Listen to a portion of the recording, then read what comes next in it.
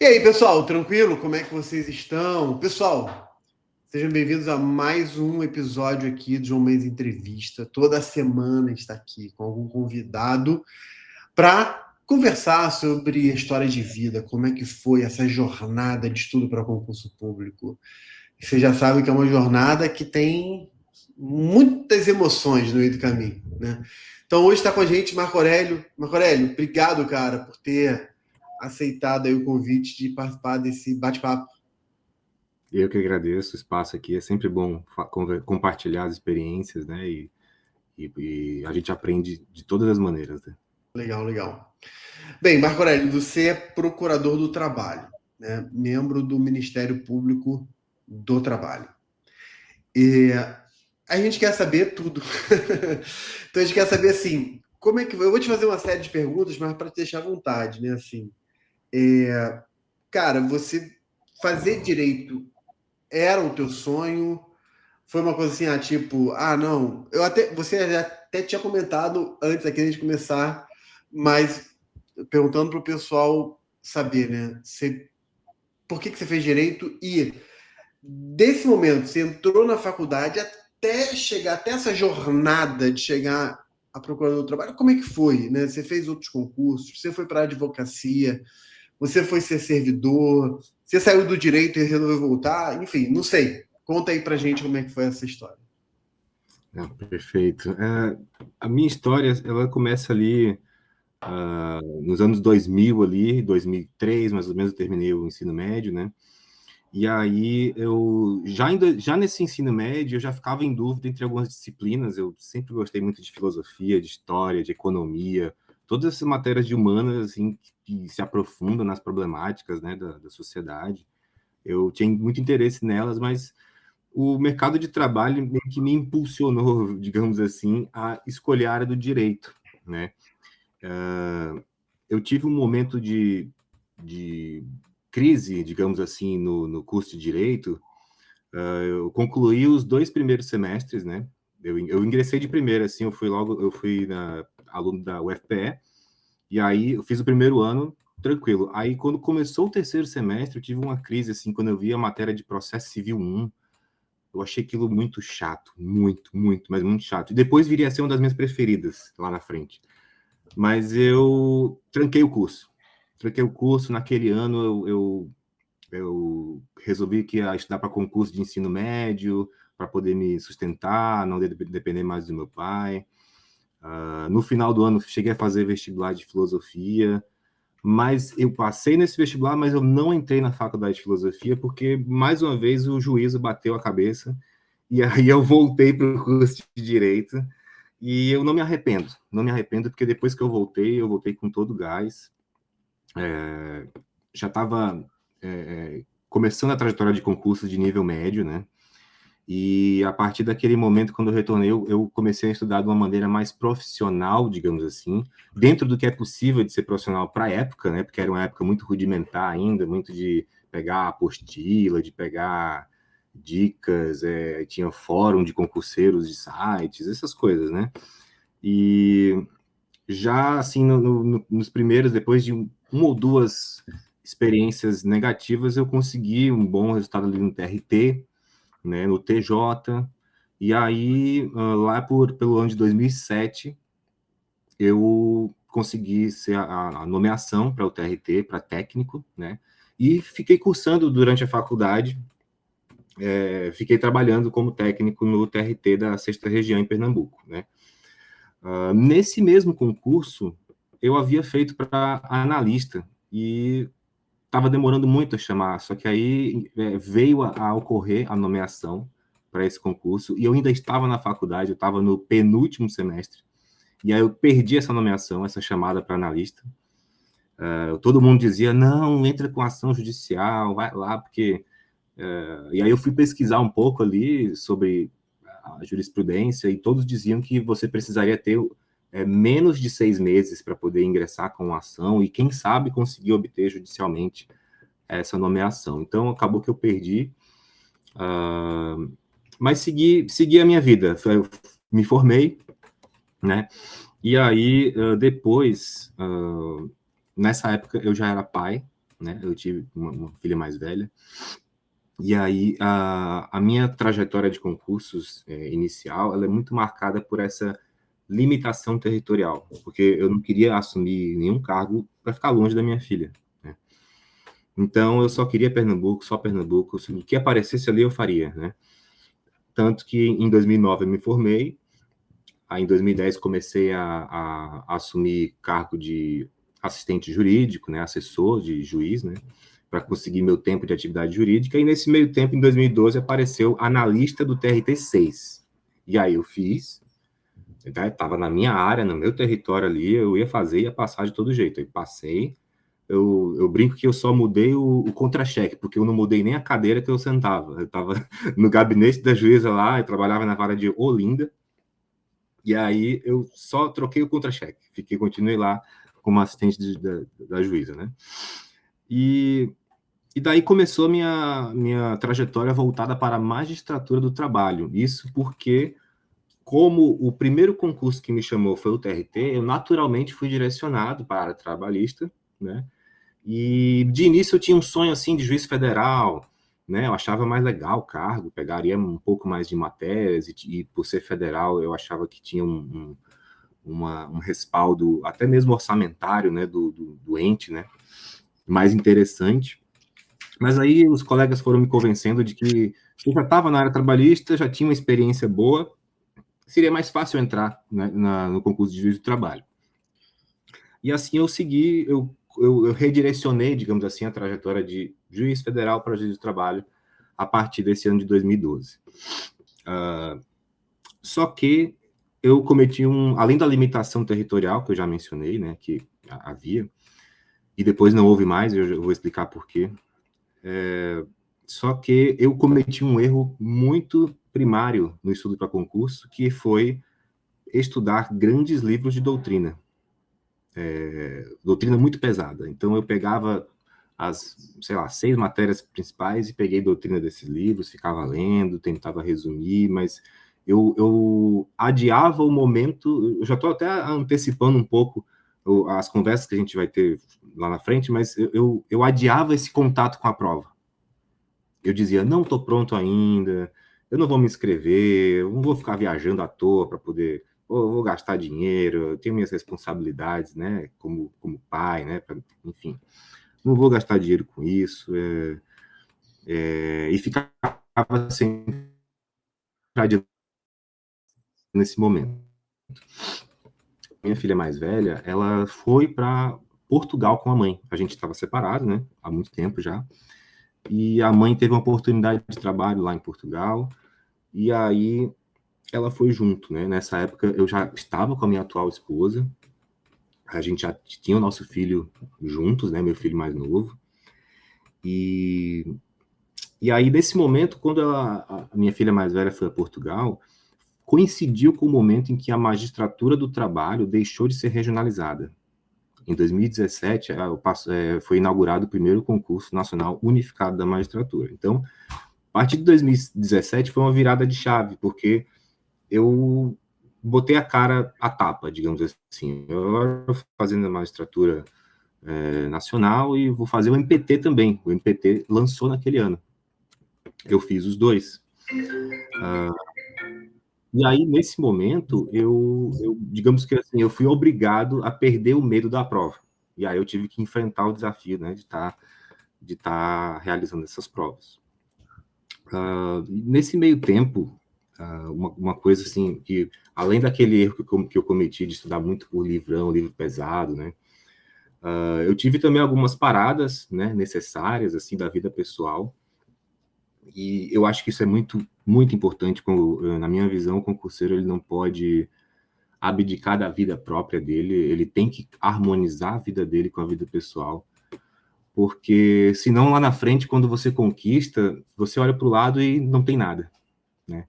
Você consegue a vitória, mas aí, se essa vitória for muito amarga e se você deixar muito para trás, você se acostumou com aquele êxito, ele foi transitório, deu uma alegria naquele momento da aprovação, mas a sua vida segue, né? Então você precisa ter pessoas ao seu lado, você precisa da sua família, amigos, você precisa ter essas pessoas junto na caminhada, que te acompanharam, que te deram suporte e que lá na frente vão comemorar a vitória junto com você, né? E aí, nesse ponto, a minha família sempre foi um ponto de alívio. Assim, a minha esposa, o meu filho mais novo, né? A minha filha também, a gente sempre teve muito contato. Era um momento de relaxamento, um momento que eu estava com eles, um momento em que eu separava um determinado número de horas de estudo, cumpridas aquelas horas, eu ia para eles. Eu não ficava me levando ao limite, né? Dentro dessa preparação, a não ser em períodos mais próximos de edital, aí sim, né? Então, essa parte aí eu acho fundamental, né, de ter esse contato com a família. Outra coisa, o suporte que a família dá também, né? No caso, quando eu engatei mesmo no concurso, que eu tinha uma rotina muito disciplinada, né? A minha esposa, ela cuidava de tudo. Qualquer coisa que acontecesse na casa, deu errado, precisa resolver tal coisa, coisas da vida, coisas cotidianas. Pode se imaginar a menor coisa possível, sei lá, estourou um cano. Ela vai lá, vai ligar, não sei o que, vai resolver, vai fazer orçamento. Então, essa parte, o concurseiro tem que ter paz, tem que ter tranquilidade. E isso aí é difícil de encontrar. E a minha esposa deu todo o suporte nesse sentido, né? E aí pude ter uma caminhada de estudos bem tranquila. Mas voltando lá para 2017, tem um episódio interessante na magistratura desse ano, que eu tive uma a inscrição indeferida, inscrição preliminar indeferida. Eu apresentei o documento de CNH, e aí a inscrição foi indeferida liminarmente, porque o edital dizia que o seu documento de identificação tem que mencionar que você é brasileiro. E a CNH não diz isso. Eu não sei se mudou agora, mas eu acho que continua não dizendo isso. E é engraçado que eu usei esse documento para me inscrever no MPT naquele ano, e tudo normal, o edital do MPT não tinha essa exigência, mas o da magistratura do trabalho tinha. E aí foi indeferida, eu entrei com uma liminar, consegui a liminar, usei todos os argumentos possíveis existentes no mundo jurídico. E aí, na sexta-feira anterior a esse concurso, essa liminar foi derrubada. Eu fiquei, e agora, meu Deus, não vou fazer a prova. Aí foi lá, entrei com embargo de declaração, entrei com tudo que você imaginar, agravo, né? Tudo. Mas não teve jeito, eu não fiz a prova. Eu fui ao local de prova no domingo, fiquei lá esperando a liminar sair, a última decisão, da última medida que eu tinha entrado, esperando no celular essa decisão, e ela não veio, e as portões fecharam. Eu não fiz essa prova da magistratura do trabalho. Nossa. Mas hoje eu agradeço, porque graças a isso eu mudei meu foco para o MPT e estou muito satisfeito no MPT. Naquele concurso de 2017, eu fiquei na segunda fase, não estava muito voltado para esse concurso, eu estava treinando sentença, né? E treinando os temas da magistratura do trabalho, que apesar de terem uma certa conexão, eles possuem uma especificidade, né? O concurso do MPT, ele tem uma especificidade, tem matérias que você não acha em livro, tem que pesquisar em artigos da própria revista do MPT, né? Enfim, e aí eu fiquei na segunda fase, e depois, com a natural demora na chamada dos aprovados nesse concurso da Magistratura Nacional do Trabalho, eu fui pensando assim, olha, eu acho que vai sair mais perto, vai sair logo em breve um outro do MPT, e esse do trabalho da magistratura não vai sair. Eu vou redirecionar meus estudos para o MPT. E aí, nesse momento, eu redirecionei, e aí eu tive que mudar, né, a minha trajetória, a minha forma de estudar, a minha metodologia de estudos e tal. Deu tudo certo, o concurso foi aquele concurso que ocorreu durante a pandemia, em 2020, com um cenário bem tenso, assim, mas deu tudo certo, eu consegui essa tão sonhada aprovação, né? Em resumo, em linhas gerais, seria isso. Se tiver alguma coisa no meio, depois eu... Deixa eu te fazer uma pergunta. Então, você passou no MPT em 2020.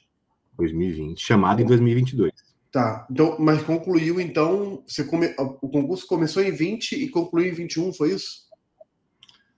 Ele terminou no final de 20. Ah, Ele terminou tá. no final de 20. Aí, só que as nomeações demoraram um pouco ali Tá. para 2021. Aí no início de 22 me chamaram. Tá.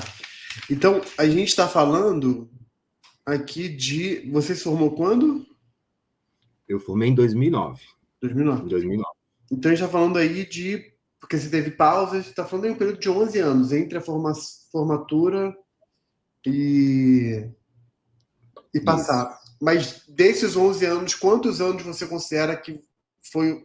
Assim, dá para considerar como estudo para concurso público? Estou fazendo essa pergunta porque é uma pergunta que é muito comum, muita gente faz. Ah, quanto tempo você levou para passar? Entendeu?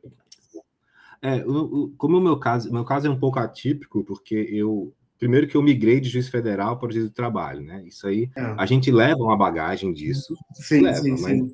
mas você tem que meio que começar quase do zero indo para outra área, né? Não é do zero porque tu traz uma bagagem. Uhum. Mas de 2012, vamos colocar aqui, até 2017, eu estudava para magistratura do trabalho, certo?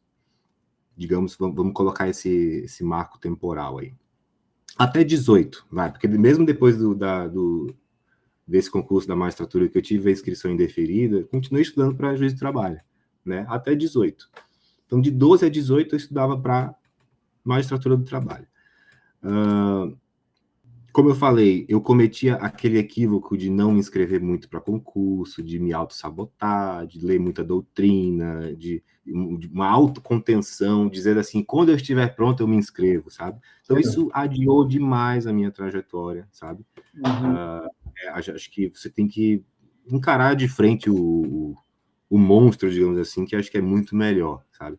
E aí, voltado para o MPT mesmo, eu pode considerar a partir de 19, né? A Uhum. partir de 19 eu já tinha minha bagagem genérica, digamos assim, de cultura jurídica geral, e agora com método mesmo, me inscrevendo em alguns cursos mais especializados, aí eu acho que foi a partir desse momento. Legal, legal. Então a gente pode botar aqui uma média de, vamos botar de 12 a 20, botar mais ou menos uns 8 anos, né, de estudo.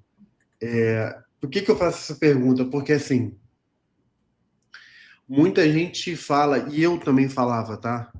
Ah, para passar no concurso jurídico, né, de alta performance, você tem ali uma média de 3 a 4 anos, né? Esse número ele meio que roda por aí, né? Enfim. Só que aí, Uhum. Marco Aurélio, a pergunta que eu te fiz, eu faço para todo mundo que eu entrevisto, né? E aí eu vou botando numa tabela. Depois eu vou botar o teu lá também, esse tempo lá na tabela.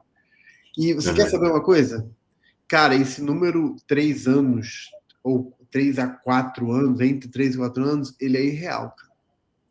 Não é um número verdadeiro. Assim, passa de 5 anos e meio, né? Na Uhum. média. Por quê? Porque as pessoas, quando pensam nesse período de 3 a 4 anos, elas pensam uma espécie de cenário de céu de brigadeiro, né? Aquele cenário perfeito, entendeu? Aquele cenário em que você tem, sei lá, 5 horas por dia para estudar, de que não vai ter nenhum percalço, de que você vai conseguir estudar e aprender, né? E aí, então, você vai conseguir estudar, aprender e performar bem numa prova, e aí Pelo método certo. do método certo, e aí você então vai ter, porque são muitas matérias, então você leva tempo para poder varrer todas as matérias, e aí depois que você conseguir varrer todas as matérias, você meio que está preparado para passar, isso aí seria um período de 3 ou 4 anos. Isso é irreal, né? É, é um projeto mais longo do que 3 anos, né? Na média, né? E aí é interessante, Marco, assim, que alguns casos que eu entrevisto que estão abaixo de 3 anos, a pessoa passou com 1 ano e meio, né? Por exemplo, quando você vai ouvir a história da pessoa e você vai entender o contexto de como ela conseguiu passar em 1 ano e meio, você vai ver que são situações muito peculiares. Vou te dar um exemplo.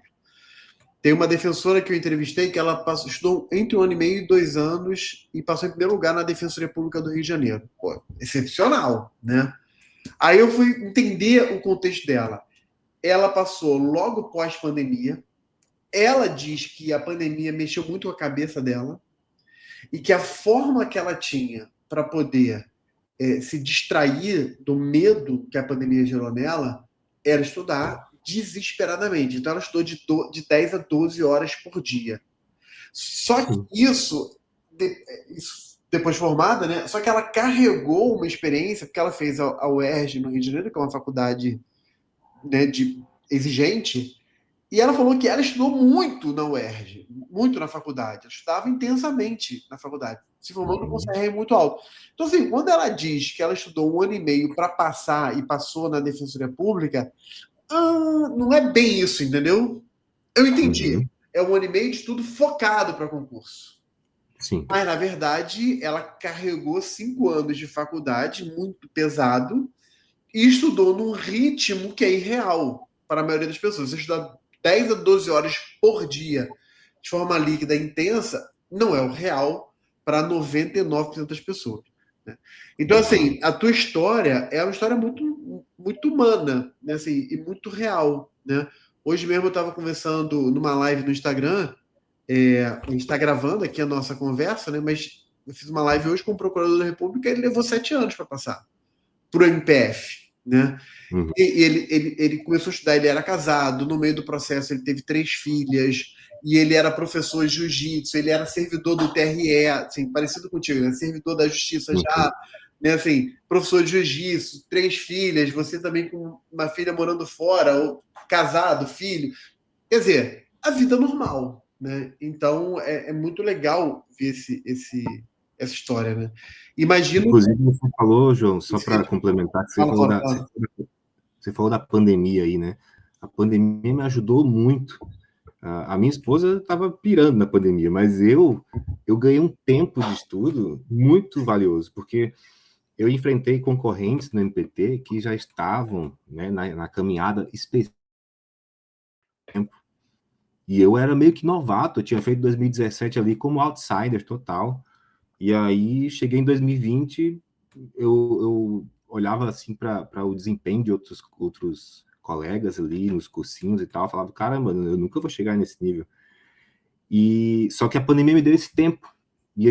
E com o edital aberto, eu tive um grande tempo para estudar para a segunda e terceira fase, então eu tive um tempo muito grande de estudo focado, né? E aí eu resgatei esse déficit comparativamente aos meus concorrentes, e soube aproveitar, né, essa situação da pandemia para correr atrás, né, digamos assim. E assim, e o que você falou, a gente vai chegar nessa questão de método de estudo, mas você começa com o método, você teve que adaptar o método, né? Tem questão familiar, enfim. O tempo de trabalho, né? Você trabalhava, né? Tinha que sustentar uma casa. Então, aquele período, por mais que você estivesse trabalhando dentro da própria justiça do trabalho, já como assessor, né? Mas é uma atividade que, óbvio, você aproveita uma parte do que você está fazendo, mas você não aproveita tudo, né? Você tem ali um tempo de trabalho normal, né? A mudança de rota, né? Você começa focando em magistratura federal, vira para magistratura do trabalho, depois vira para MPT, né? Isso aí é bem interessante, né? Cara, me fala sobre essa questão. Você falou assim que eu queria explorar um pouquinho só mais quando você tocou na questão de sacrifícios, né? De que tem certas coisas que você não tem como sacrificar, né? Como é que foi isso para você, assim? O que você usou para escolher o que sacrificar, o que não sacrificar, olha, isso aqui eu não abro mão, isso aqui eu posso abrir mão, porque é uma escolha que todos têm que fazer, né? Sim. Isso aí, para responder essa pergunta, você deve lembrar de um vídeo muito difundido na internet, em que um professor em sala de aula enche um pote cheio de areia, aí pede para a pessoa botar umas bolas, e a pessoa não consegue, porque o pote de areia está cheio. Aí ele fala assim, vamos fazer diferente, bota primeiro essas bolas, e agora depois despeja areia. Aí tu vai ver como cabe tudo. Perfeito. Né? Então, essas bolas aí, acho que são três objetos, né? Eu estou resumindo para 2, mas são 3, se eu não me engano. Eu acho que eram bolas grandes, bolas pequenas e areia. Alguma coisa assim. Eu me lembro acho que é isso. Então, você tem que saber o que são essas bolas grandes na sua vida, né? O que é central na sua vida. Nessa trajetória de concurso, digamos assim, teve períodos que eu dei essas pausas, assim, mudança de residência, sabe? Nascimento de filho, essas coisas a gente dá pausa total. Eu dei pausas totais, assim. Mas digamos que numa rotina normal de estudo, né? Que era a maior parte do tempo. Eu procurava não me exceder no álcool, porque eu sabia que eu ia ter ressaca no dia seguinte. Evitava certos compromissos sociais que se estenderiam muito na noite. Procurava chamar as pessoas para minha casa, ao invés de eu ir para a casa das pessoas, né? Eu recusei muitos eventos ali de amigos, assim. A família, eu privilegiei, né? Priorizei família, compromissos familiares, eventos, Natal, Ano Novo, mas mesmo assim, teve várias festas assim de família que eu estava no quarto estudando, esperando para a hora da ceia lá, entendeu? Aí eu me juntava com o pessoal na hora da ceia, mas o povo já estava reunido lá um tempão na sala.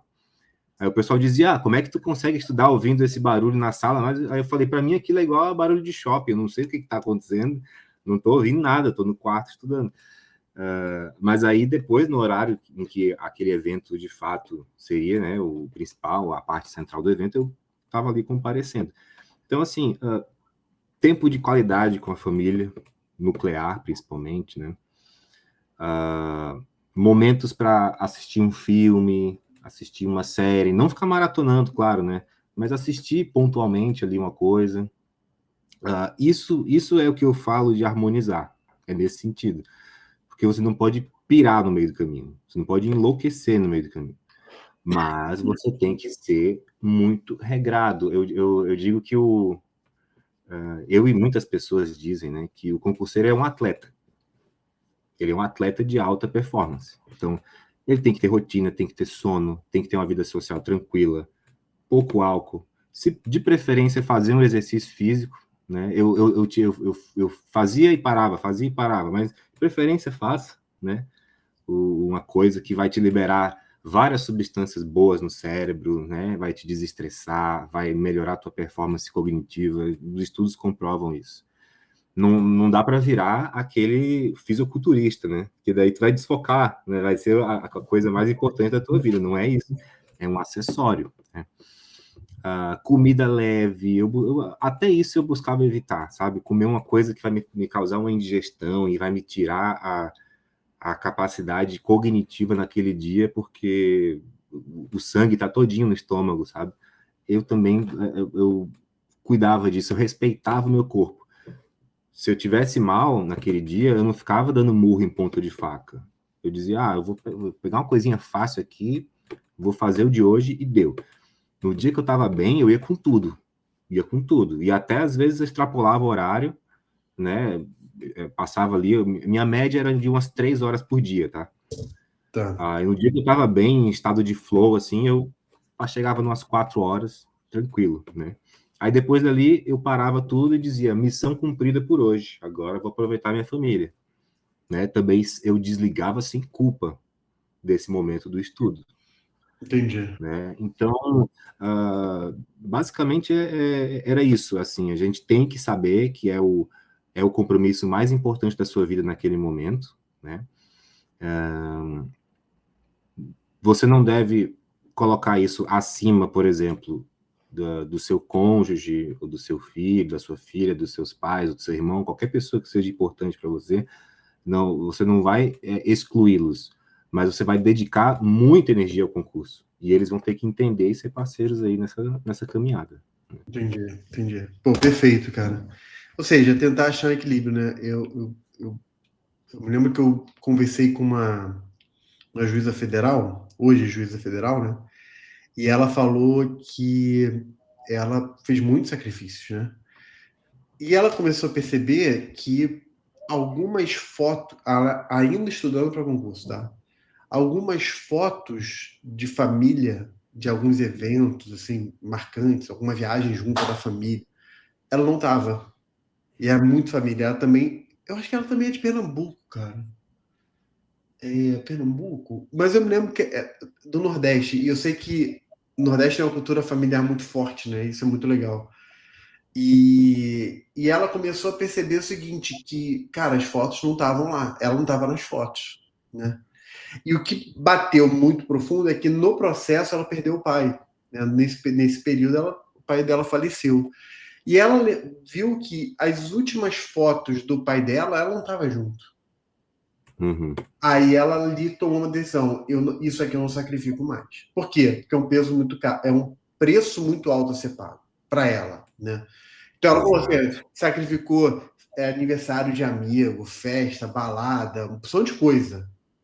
Mas essas bolas grandes, né, que você está falando, ela não sacrificou, Uhum. né? Isso é bem, bem legal, bem forte. E outra coisa também, João, a pessoa, quando está no concurso, ela tem que entender que assim, até pode soar meio antiético isso, mas o concurso é mais importante do que o seu trabalho, inclusive. Você não tem que querer ser o melhor do seu trabalho lá, porque aquilo lá, se você gastar toda a sua energia no trabalho, não vai te sobrar para o estudo. Você tem que fazer o correto, tem que ser correto, tem que fazer o que é para ser feito. Mas tu não tem que buscar ser a pessoa mais, né, o mais destacado do trabalho, não tem essa ambição, porque outras pessoas estão vivendo aquilo e dando o seu máximo ali. Não é o seu caso, não é o seu caso, né? Então, assim,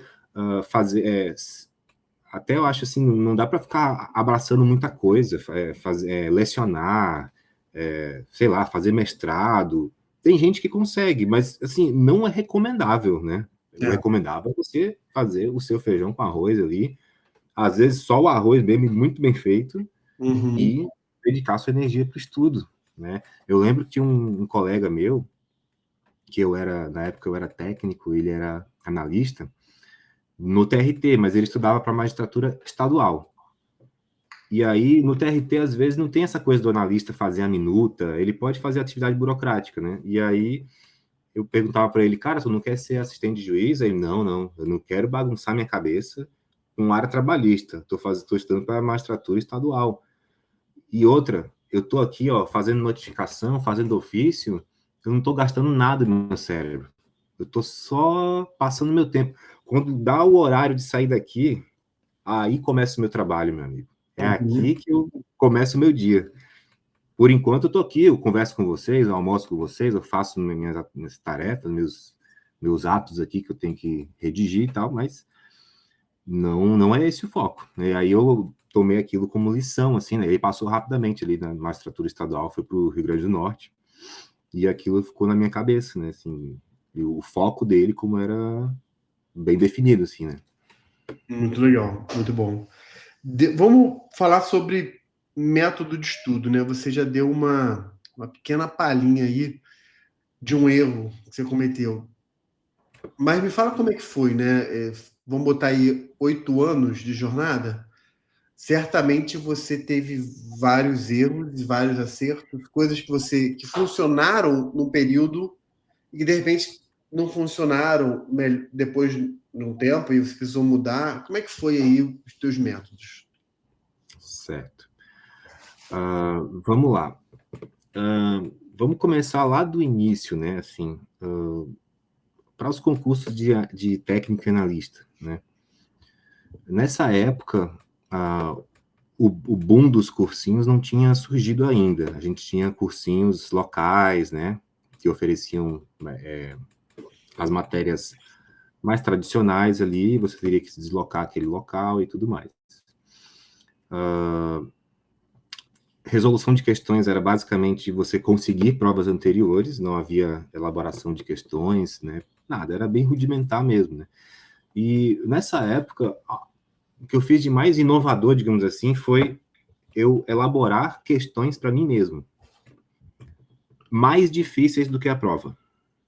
Não do nível da prova, mais difíceis. Eu pegava um caderno e à medida em que eu ia lendo o Vaidmeco, assim, ou até mesmo o livro, né, de caso um livro resumido, um livro assim de doutrina voltado para aquele concurso, eu ia elaborando umas questões assim de assinalar VOF, Aí eu botava, às vezes, uma afirmação falsa, às vezes uma verdadeira, às vezes uma falsa, verdadeira. Ficava um caderno gigante, assim, e depois eu ia revisitar esse caderno e eu ficava com ódio de mim mesmo, porque eu errava muito. Eu errava as questões que eu elaborava de tão sacanas que elas eram, sabe? E aí, só que isso me deixou bem calejado, né? Quando eu chegava para fazer as provas anteriores e até mesmo a prova do certame em si, eu estava bem mais calejado com coisa pior, né? Então isso foi bem legal, assim, foi um método que deu certo. Só que aí veio os concursos de magistratura, né? E posteriormente MPT, com 100 questões, cada questão praticamente uma redação do Enem, assim, enormes enunciados, né? E eu tive que rever os meus métodos, né? Eu comecei, como eu falei para você, comecei aquele estudo de doutrina, querendo montar a famosa base de estudos, né? Que é uma ilusão. E aí eu fiquei dormindo, né? Dormindo em berço esplêndido, digamos assim, durante um bom tempo. Cheguei a fazer, por experiência, uma prova ou outra, mas totalmente despretensiosamente, né? Eu fiz, acho que, duas magistraturas estaduais, assim, da Bahia e de São Paulo, né, do trabalho. E aí, eu só cheguei a mudar mesmo o método quando se aproximou do concurso nacional da magistratura em 2017. Quando surgiu esse concurso, eu comecei a pensar em novos métodos, né? Aí, leitura da lei seca é o básico, comprei um livro de questões, com as questões comentadas, né, com várias questões, tentei debulhar aquele livro, e aí eu fui implementando novos métodos a partir daí, né, site de questões de concursos, isso aí já foi na época do MPT, né, a qualquer momento eu fazia questões, assim, no consultório médico, né, indo no banheiro, qualquer situação eu resolvi uma questãozinha ali, só para não perder o hábito. Era como se fosse fazer palavra cruzada para mim, sabe? Como se fosse um sudoku ou coisa do tipo. E de modo que a primeira fase, para mim, entrou na veia, sabe? Com o tempo, só pelo jeito que estava escrita a questão, eu sabia essa aqui está falsa, essa aqui está verdadeira. Eu acho que o meu cérebro, em segundo plano, ele estava trabalhando muito bem com essa metodologia de questões de primeira fase, e ele fazia conexões, às vezes, que eu só vinha a resposta na minha cabeça, sabe? E batata, acertava um monte, aí quando eu errava, eu ia nos comentários, ia ver por que eu tinha errado, isso aí foi basicamente desse jeito que eu estudei para a primeira fase, né?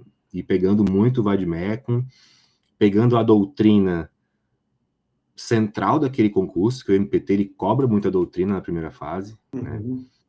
Não tem como tu escapar disso, direito do trabalho, direito constitucional, direitos humanos, administrativo, né, uma matéria que tem muita doutrina, não tem como escapar disso, né? Aí eu continuei lendo essas doutrinas. Mas aí como é que eu comecei a conseguir ler algumas doutrinas, né? De modo a não esquecer mais as coisas. Aí eu fiz tudo que você puder imaginar. Eu mudava os meus métodos. Quando eu saturava de um método, eu ia para outro. Eu fiz post-its, eu fiz flashcards, eu fiz mapas mentais, eu gravava áudios para eu escutar depois, no outro dia. Mnemônicos. Eu tinha um caderninho do desespero, que assim, aquilo que eu não conseguia entender, eu jogava no caderninho do desespero, assim, tipo assim, isso aqui eu vou ter que descobrir um método de memorizar isso, lá na frente eu vou ver, perto da prova eu vou ver, nem que eu revise um dia isso da prova, só para ficar grudado aquilo, né, mais fácil. Mas era o caderninho do desespero. Que mais? Teve um método que eu achei bem legal também, que eu fui conhecer bem mais tarde, que é o Palácio da Memória. Não sei se você já ouviu falar desse método, que ele é muito usado por esse pessoal, tipo esses prodígios que memorizam números, assim, repete essa sequência de número, aí a pessoa vai lá e repete tudo, acabou de ouvir e repete. Claro que eu não fazia isso, não cheguei a esse ponto. Mas o Palácio da Memória é assim, é você se imaginar num espaço, por exemplo, um espaço conhecido, tá? Por exemplo, a sua casa. Você entra pela porta da frente e você se depara com uma coisa, esse objeto, que é o que você quer aprender, tá? Por exemplo, vamos botar aqui, características dos direitos fundamentais, tá? Vamos dizer, são 10 características, indisponibilidade, renunciabilidade, não sei o quê. Você vai associar cada característica a um ponto da sua casa e você vai fazer esse percurso. Na sua porta, você vai chegar com a sapateira e vai estar lá um sapato que você não pode abrir mão, então é a irrenunciabilidade, entendeu? Aí você vai para outro cômodo, acontece outra situação e você associa a outra característica. E assim você monta um hall de algumas coisas e você memoriza aquilo. Eu usei isso muito, muito, muito mesmo. Sim, né? Claro que é trabalhoso, usei para coisas que eu sabia que ia utilizar, né? São coisas que eu usei principalmente em prova discursiva, né? Legal. O que mais? O que eu tinha? Eu tinha... eu comecei a guardar tudo no Google Drive. Tudo que eu tinha era no Google Drive. Se eu pegasse um artigo, eu guardava no Google Drive, pasta de artigos. Jurisprudência, obviamente, organizada pelos informativos, né? Mapas mentais, eu tinha uma pasta de mapas mentais. Flashcards, eu tinha uma pasta. Áudios gravados por mim, eu tinha uma pasta. Provas, eu tinha. Banco de questões. Eu tinha então, assim, eu sabia onde estava a informação. Se eu esquecesse, assim, onde é que eu vi isso aqui? Eu vi alguém falando um conceito tal, uma ideia tal, aí eu começava a futucar nos meus arquivos ali e achava a fonte. Aí eu ia direto na fonte. Legal. Né? E porque assim, é uma extensão do nosso cérebro, né? A gente não pode tentar guardar tudo aqui, tem que ter algo externo que você possa acessar, né? E aquilo se torna uma extensão da sua mente. Sim. Outra coisa que eu tinha era o banco de conceitos.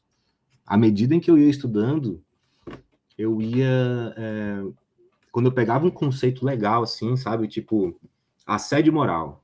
Assédio moral é um conjunto de condutas reiteradas ou de ato único que tem o objetivo ou que causem uma degradação no meio ambiente de trabalho. Anotei aquele conceito ali e toda vez que eu quiser reacessar ele, eu vou lá naquele conceito que eu escrevi. Pode ter o doutrinador que escreveu do jeito dele, eu vou escrever de um jeito que eu sei que eu vou colocar na prova, daquele jeito, do meu jeito, né? E aí botei lá de atos e um banco de conceitos. Claro, não ficou um mega banco de conceitos, mas me ajudou um monte, porque na hora da discursiva, você não sabe o que fazer para começar a questão, você larga um conceito lá e a partir dali desenvolve, né? O que mais que eu tinha, meu Deus? Assim, ó, sobre lei seca, por exemplo. Todo mundo defende muito, muito, muito a lei seca, né? Eu acho que a lei seca é importante, tá? Mas eu acho que ela é mais importante nas semanas próximas da prova. Porque quando você não tem edital aberto, eu sou adepto do estudo da lei molhada, né? A lei molhada você estuda na medida em que o artigo é citado pelo livro, ou pelo material, ou pela aula do professor, o artigo foi citado, você vai no Vadimeco e você grifa ele, dá uma olhada, vê qual é a seção que ele está, a capitulação dele, entende o contexto dele, né? Dá uma pausa na aula, dá uma pausa na leitura e faz essa referência no Vadimeco. Você vai estudando a lei molhada desse jeito, você vai criando links, né, entre legislações diferentes. Você passa a entender a legislação não pela leitura direta, né, mas pelos links que se faz pelas diferentes normas, pelos diferentes diplomas normativos sobre aquele assunto. E aí, qual é a importância da lei seca, de fato? É quando está nas vésperas da primeira fase, semanas antes, aí eu acho que você tem sim que varrer as leis principais, né? Fazer aquela varredura, porque pode ser que eles perguntem alguma coisa irrelevante, que nenhum livro colocou, né? Nenhuma aula colocou. Aí você se garante com aquela varredura, né? Pode falar. Eu ia fazer um comentário assim, você falando, o que eu percebo é o seguinte: primeiro você foi testando, né, diversos métodos, o que eu acho que faz parte do processo. Mas assim, você falou de flashcard, você falou de caderno do desespero, você falou sobre mapas mentais, você falou sobre fazer, você mesmo elaborar suas questões, né? Fazer o seu material. Assim, em tudo, eu estou percebendo uma espécie de um elemento comum que é o seguinte, cara, você deu um jeito de ter uma fonte de estudo e de revisão de conteúdo rápido, né? Algo que você pudesse, assim, vou rever a matéria, vou rever esse ponto, vou rever. Então você tinha essa possibilidade de que uma coisa é, pô, você viu uma aula de 2 horas, ou você leu um capítulo de um livro. Se você for fazer revisão, tiver que assistir aquela aula de novo, ou ler aquele capítulo todo de novo, você não vai acabar nunca de estudar, né? Uhum, exato. A ideia é exatamente essa, porque quando eu ficava estudando doutrina e tentando acabar o livro, eu pegava o livro do início e eu queria acabar o livro, sabe? E eu não fazia um backup do conhecimento em alguma fonte como essas aí que a gente está mencionando aqui. De modo que eu esquecia as coisas, né? Então, qual era a dinâmica que eu adotava, né? Quando eu engrenei nos métodos que começaram a funcionar mesmo, né? E todos esses que a gente está falando aqui funcionam. E funcionaram para mim durante um tempo. Eu só mudei porque eu fiquei cansado. Aí eu mudei para outro, né? Outro método de revisão. Mas eu começava o meu dia com uma revisão. Legal. Só que não era a revisão do que eu vi ontem, porque eu dava um. Eu sei que tem aquele método 24, 48, 7, não sei o quê. Eu fazia semanal. Era assim, quarta-feira era o dia, sei lá, sexta-feira hoje. Era o dia de estudar direitos humanos e processo do trabalho, vamos colocar essas duas matérias, né? Aí eu estudava elas, né? Fosse por aula, fosse por livro, enfim, artigo, qualquer coisa. E eu documentava os principais pontos em alguma fonte de revisão que eu vou ver na próxima sexta-feira. E aí eu reviso aquilo, às vezes eu gastava 5 minutos revisando, às vezes eu gastava meia hora, porque eu não tinha entendido aquilo. Aí eu tinha que voltar para aquilo para entender, entendeu? Eu não pude conteúdo se eu não entender. É igual aquele vídeo do Clóvis de Barros, que ele fala que você tem que ter brilho. Como assim eu não vou entender isso daqui? Eu vou ler até entender, sabe? E aí, passada essa revisão, eu entrava no conteúdo do dia, né? E aí eu também reservava o tempinho lá para as questões, né? Mas essa revisão aí é absolutamente necessária, ela faz parte do estudo, né? Legal. Você falou como fazer revisão. Questões, você fez muitas, né? Mas você fazia diariamente, semanalmente? Você tinha uma periodicidade ou não? Sim. Vamos colocar assim, questões vamos botar só em primeira fase, né? Primeira fase eu estudava, eu tinha uma meta diária de questões, né? Uhum. Vamos supor, 10 questões por dia sobre aquela matéria, 20 questões por dia. Ao final do estudo, geralmente, eu deixava para fazer questões. E além disso, eu estava com o aplicativo no celular. Aí é que tá, eu fazia por lazer. Em qualquer Uhum. momento eu fazia questões. Se eu tivesse numa fila de banco, se estivesse no consultório médico, tô na casa, sei lá, tô na casa da minha sogra, por exemplo, e ela tá na cozinha conversando alguma coisa, vamos supor. E aí eu tô desligado ali e tal, aí daqui a pouco eu vou fazer uma questãozinha aqui. Aí eu faço uma questãozinha, pronto, tá ali, errei, tudo bem. Se eu errar, eu deixo marcado ali para depois eu olhar com calma. Se eu acertei, ótimo, é divertido. Eu tornei isso uma coisa lúdica, como quem tá jogando Candy Crush, assim, sabe? Entendi. E isso é a primeira fase. Agora, a segunda fase, ela requer, segunda e terceira, né? Ela requer uma periodicidade não tão grande, né? Eu acho que eu fazia semanalmente uma questão de segunda fase, né? Eu treinava essa questão de segunda fase, elaborava o meu texto, depois tinha a correção desse texto, né? Quando eu comecei a fazer um treino de correção, isso me impulsionou bastante, assim, nessa etapa do concurso, né? Eu sou uma Uhum. pessoa que tem muita dificuldade de escrever rápido, então Era um pavor para mim ter que escrever muito, né? Eu tive que desenvolver um poder de síntese ali para tentar, em poucas palavras, dizer o essencial sobre aquilo. Era Uhum. sempre uma luta contra o tempo e tive que treinar bastante, treinar bastante. Terceira fase eu treinava acho que quinzenalmente a elaboração de peça, né? Mas era isso, era com essa periodicidade, né, que eu fazia. Claro que saindo do edital e no mês anterior à primeira fase, aí eu fazia muito simulado.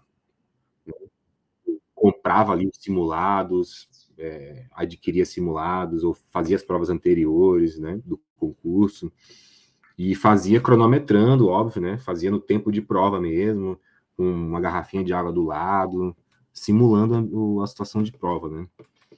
É um jeito muito bom de treinar questões, né? Porque Muito a bom. prova é uma maratona física, né? Física e mental, né? Uhum, uhum. Perfeito.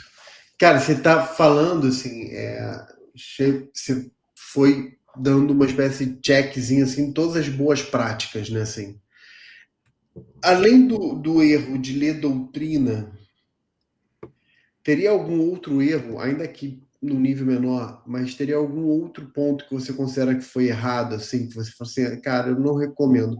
Eu sei que não tem fórmula mágica, às vezes o que funciona para um pode não funcionar bem para outro e vice-versa, né? Mas tem algum ponto que você fala assim, pô, evita isso aqui? Uhum. Olha, João, não, assim, do ponto de vista de técnica de estudo, eu não me recordo, assim, eu acho que os principais pontos que eu errei foi realmente ler doutrina demais, não revisar adequadamente, não documentar o conhecimento, né? É preciso documentar o conhecimento, é preciso ter organização. Assim, eu não sei se eu mencionei, post-its, né? Eu tinha post-it grudado, assim, na Falou. parede, É, né? Principalmente com julgados, assim, que eram coisas, uma decisão muito isolada, assim, vou estar no julgado aqui para eu ficar vendo esse julgado toda hora aqui. entendi. Ah, mas, assim, do ponto de vista de técnica, seria isso. Do ponto de vista emocional, seria a autossabotagem, a falta de confiança. Interessante. Porque eu tinha esse meio que, esse auto-preconceito, como eu tinha já filhos, né, casado, e se eu tinha responsabilidades, né, eu pensava, eu estou em desvantagem com relação a quem saiu da faculdade agora, que os pais estão ajudando ainda, ou que, enfim, tem todo um apoio, um background ali por trás. Eu achava que eu estava em desvantagem em relação a esse pessoal. Então eu me auto-sabotei, estava me enganando, né? Uhum. E, e a partir dessa. A partir de 2017 ali, com esses dois concursos, né, da Magistratura Nacional do Trabalho, do MPT, eu passei a adotar, assim, eu passei a consumir muito conteúdo de concurso, passei a ver no YouTube depoimentos, aulas, passei a respirar esse universo e passei a assimilar a mentalidade do concurseiro. E assim, eu passei a adquirir mais autoconfiança também. Assim, eu tinha alguns mantras, assim, sabe? Tipo, eu não sei se você viu aquele filme do Lobo de Wall Street, já viu esse filme, não? Já vi. Pronto, esse filme, o Leonardo DiCaprio, ele é um assediador, tá? Ele pratica assédio moral no trabalho, né? Não é para fazer o que ele faz, mas tem uma cena que é emblemática, em que que me marcou, em que ele tá no meio de todo mundo, assim, sentado trabalhando, ele tá em pé, assim, e ele começa a tentar motivar as pessoas ali, começa a bater ali no peito, e todo mundo começa a bater junto no peito ali, sabe? E dar gritos, e como se fosse um primata, assim, sabe? E eu, às vezes, eu acordava muito cansado, muito desmotivado. E eu olhava no espelho, João, e eu começava a bater no meu peito. Caramba, que legal. Eu batia forte, assim, e eu ficava bravo comigo mesmo. Tu não vai ficar cansado. Tu vai lá e tu vai estudar, e tu vai aprender, tu vai dominar, tu vai fazer o que tem que fazer, velho. E batia, e batia, e batia. Umas 10 batidas, assim, lavava o rosto com água gelada e eu tava com sangue nos olhos. Eu tava com sangue nos olhos de novo, sabe? Tem um professor, Luiz Fabre, que é do MPT, muito bom professor, uma pessoa altamente preparada, culto. Ele dizia uma frase assim, que eu tomei para mim também. Quando você olhar para a prova, quando você pensar na prova, imagina uma prova de 100 questões que tu não tem tempo suficiente para resolver, para refletir. Tu tem uma média de 3 minutos por questão, se não me engano. É como se fosse um touro. Tu tá numa tourada e aquilo lá é o touro. Você vai pensar o seguinte: eu vou agarrar esse touro pelo chifre e eu vou segurar esse touro pelo chifre com todas as minhas forças. Ele vai te chacoalhar, vai te balançar, tu vai ficar todo desequilibrado, mas tu vai segurar ele de algum jeito, entende? Então, assim, isso me preparou para o cenário de adversidade da prova, porque por mais que você em simulados faça uma prova e vá bem, você não tem o controle do que vai acontecer na hora da prova. E você tem que estar preparado para esse descontrole, né? Tem que manter, vamos dizer assim, você tem que manter a energia necessária para fazer uma prova com velocidade, mas você tem que manter serenidade para não se desesperar, né? É esse meio termo aí que é o principal, né? Não desistir das questões, sabe? Não, você não vai abandonar uma questão, você não está conseguindo lidar com ela agora, tudo bem, separa ela, deixa ela no canto dela ali, deixa teu cérebro trabalhando em segundo plano, vai fazer as outras, aquilo vai estar maturando ali na tua cabeça. Depois volta para ela e dá o teu jeito. Eu gosto muito disso que você falou, de deixar a questão maturando ali. Que às vezes você leu, não lembra. Você vai fazendo outras. Aí quando você volta naquela, opa, a luz acende uma luz, enfim. Legal, legal. Cara, adorei a tua história. Durante a prova, só complementando assim, durante a prova, eu às vezes, quando eu percebia que eu estava com o cérebro entrando em parafuso, eu falei, peraí, agora é hora de eu tomar água e ir no banheiro. Eu ia sem culpa nenhuma, João. Passava 5 minutos no banheiro, fazia bem devagar, lavava a mão, lavava o rosto, falei, agora eu vou voltar, tá? Eu não tava com aquela coisa, às vezes eu via gente correndo pro banheiro, correndo, voltando, eu falei, não, de jeito nenhum, agora é meu momento de descanso, vou parar esses 5 minutos aqui. Aí quando eu voltava com todo o gás. Legal. Eu adorei o que você contou do soco no peito, né? De bater ali, que é aquela coisa meio primata, como você falou, né? Lá inspirado no filme. Pode parecer, talvez, para alguns que estão vendo, pode parecer meio exagero, assim.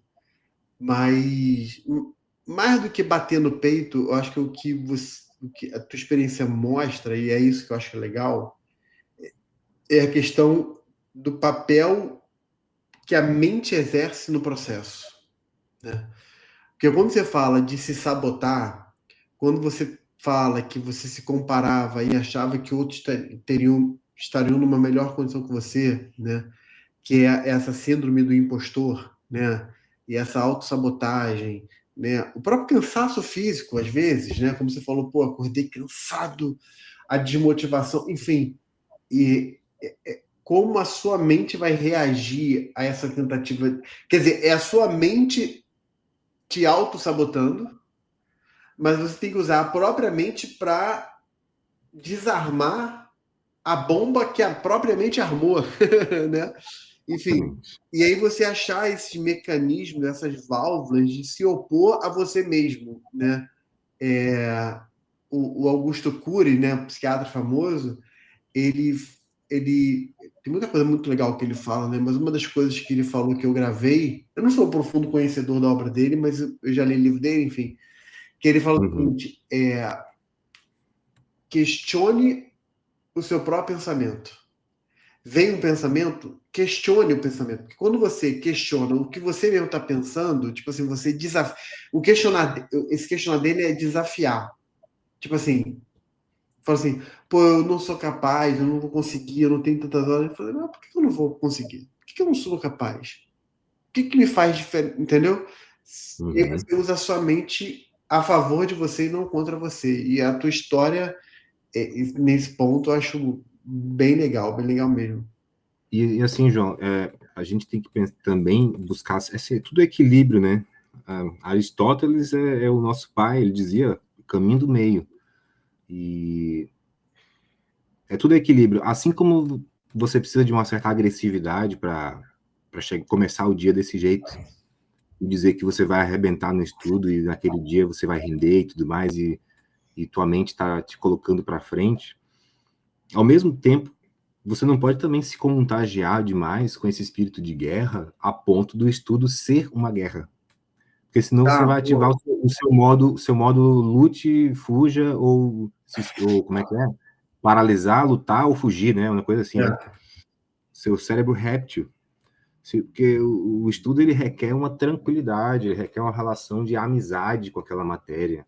Você precisa ser amigo, né? Filosofia, né? Amizade com o saber, né? Você tem que estar gostando daquele momento ali. Eu gostava de estudar, às vezes, muitas vezes a gente estava com algum problema familiar, de pessoal, que todo mundo tem, e durante o estudo eu esquecia, porque eu estava gostando dali, sabe?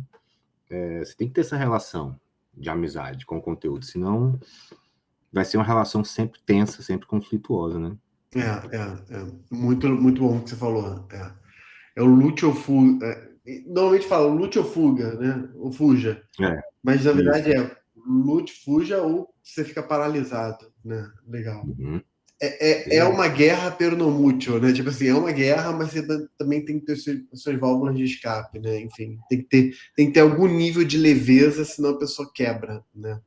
Exato, Bom, exato. perfeito, perfeito. Se for fazer analogia com a guerra, assim, você tem que lutar como um exército romano organizado, não como um bárbaro que vai com o machado e vai lá.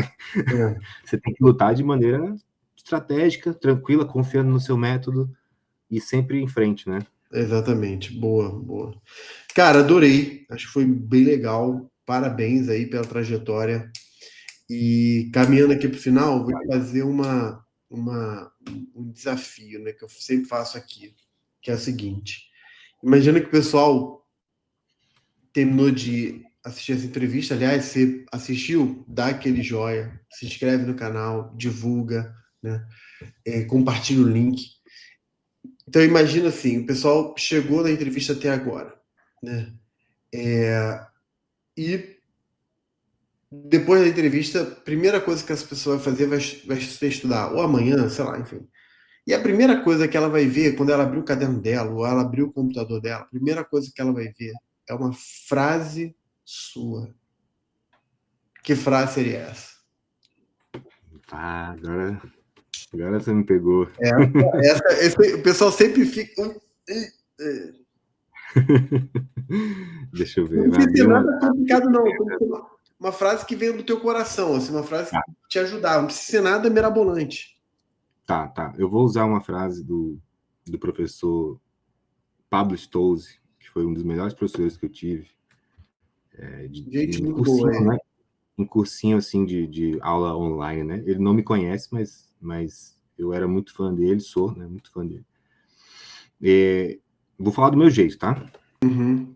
É mais ou menos assim. Prepare o seu cavalo para a batalha,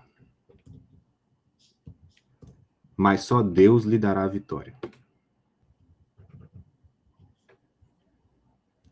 Tipo assim, e eu não sou religioso, viu, João? Eu não sou religioso, mas essa frase é muito, muito forte para mim. Por quê? Porque a gente sabe que existe o elemento do imponderável, né? Eu passei no concurso do MPT, mas candidatos que eram tão bons ou melhores do que eu não passaram. Isso é o Uhum. imponderável. A gente faz o nosso, você faz o seu papel, tem que ter plena confiança em você mesmo, prepare o seu cavalo para a batalha, suba nele, vá à guerra, mas quem vai te dar a vitória é Deus. E Deus aí pode colocar o que quiser. É o imponderável, é a sorte, é Deus mesmo. Uhum. Enfim, aí É, cada um preenche como quiser, né? isso que você falou o que ele fala, o que você falou, é um versículo bíblico que está em Provérbios, que aliás eu gosto bastante, que diz assim, é muito parecido com o que você falou, é basicamente a mesma coisa, mas ele diz assim, o cavalo se prepara para a batalha, mas a vitória vem do Senhor. Né? Isso, pronto, é isso. Exatamente. O cavalo se prepara para a batalha, mas a vitória vem do Senhor. Ou seja, o cavalo está preparado. Né? Você vai se preparar, mas a vitória vem do Senhor. Legal, muito bom, muito bom. Gostei da frase, muito bacana. Muito legal, legal. Cara, adorei mesmo, assim, foi muito rico. Você trouxe a tua experiência e eu tenho certeza que vai ajudar muita gente, né, assim. Poxa, eu não tinha pensado nisso, vou fazer assim, vou fazer assado. E nessa, entre aspas, experimentação, a pessoa vai achando o próprio caminho, né? Isso é muito bom, isso é muito bom.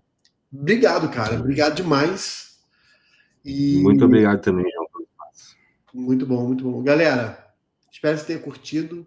Mais uma vez, então, dá aquele like aí, se inscreve no canal, ativa o sininho, manda o link. A gente sempre fala isso, né? Curtir, comentar e compartilhar, né? São os 3 Cs aqui para o YouTube entender que esse é um conteúdo legal, que muita gente merece ver esse conteúdo. Dá aquela hypada aí no link. Enfim, muito bom. Valeu, galera. Abraço. Marco Aurélio, obrigado mais uma vez, cara. E vou deixar você dar a saudação e a despedida da galera aqui. Tá bom, muito obrigado, João, pelo espaço. É sempre uma honra poder compartilhar a trajetória, poder contar um pouco da experiência que eu passei, né? E de alguma maneira ajudar quem estiver ouvindo, quem puder se inspirar de alguma maneira, ou buscar motivação, né? E ir atrás do seu objetivo, né? Que é o que nós precisamos fazer, é o que nós queremos e é o nosso destino. Muito bom. Legal, legal. Beleza. Valeu, gente. Um beijo pra vocês. Valeu, Marco Aurélio. Aquele abraço. Tamo Um junto. abraço. Abraço. Tamo junto. Até mais. Valeu.